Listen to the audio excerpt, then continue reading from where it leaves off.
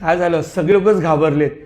प्रत्येकाच्या मनात आता कुठेतरी गुदारण भेटलं की जे बांगलादेशमध्ये झालं ते आपल्या इथं होणार, हे आता प्रत्येकाला कळालंय. इव्हन सेक्युलर लोक होते ना, जे कालपर्यंत हिंदू लोकांवरती हसत होते, त्यांना सुद्धा कळालं की हो, जे बांगलादेशमध्ये, जे काश्मीरमध्ये, जे केरळमध्ये चालू आहे ते थोड्या दिवसात आपल्या आसपास पण होणार.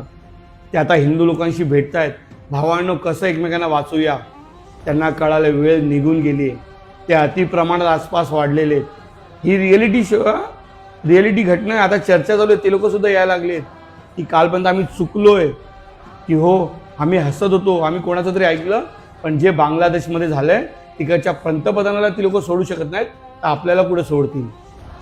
पण दुःख काय वाटतं माहिती आहे, आज तुम्ही त्यांच्या नातेवाईकांकडून शॉपिंग करताय, चिकन मटन घेताय. विचार करा. अहो खरंच मानलं पाहिजे माझ्या मुस्लिम भावांना, काय निष्ठा धर्माबद्दल. खरंच ह्या गोष्टीबद्दल मी माझ्या मुस्लिम बांधवांचे मनापासून आभार करतो की त्यांच्या धर्म जातीबद्दल कोणी काही बोललं तर पूर्ण जगाला ते नाचवतात, हाहाकार करतात.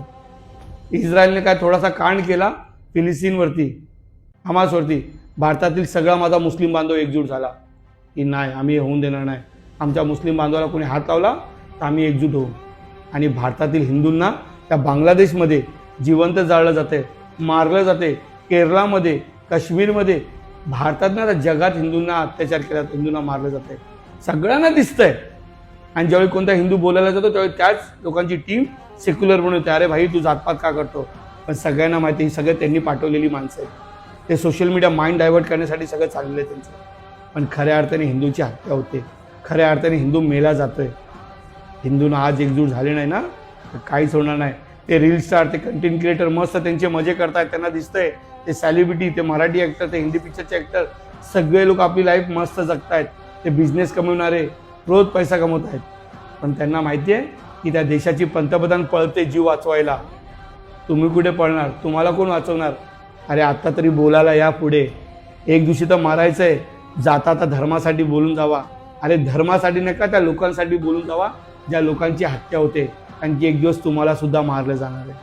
ते कोणाला नाही सोडणार, ते कोणाचे नाही आहेत, हे तुम्हाला सुद्धा माहिती आहे. बांगलादेशमध्ये झालंय, हे तुमच्याशी सुद्धा होणार आहे जर आत्ता एकजूट झालं तर. नाही, हे राजकारणी, त्यांच्याकडे जेट फ्लाईट आहेत, ते जुळून जातील, पळून जातील, कुठे जातील. त्यांच्याकडे, प्रत्येकाकडं, उद्योगपतींकडे स्वतःचा पैसा आहे.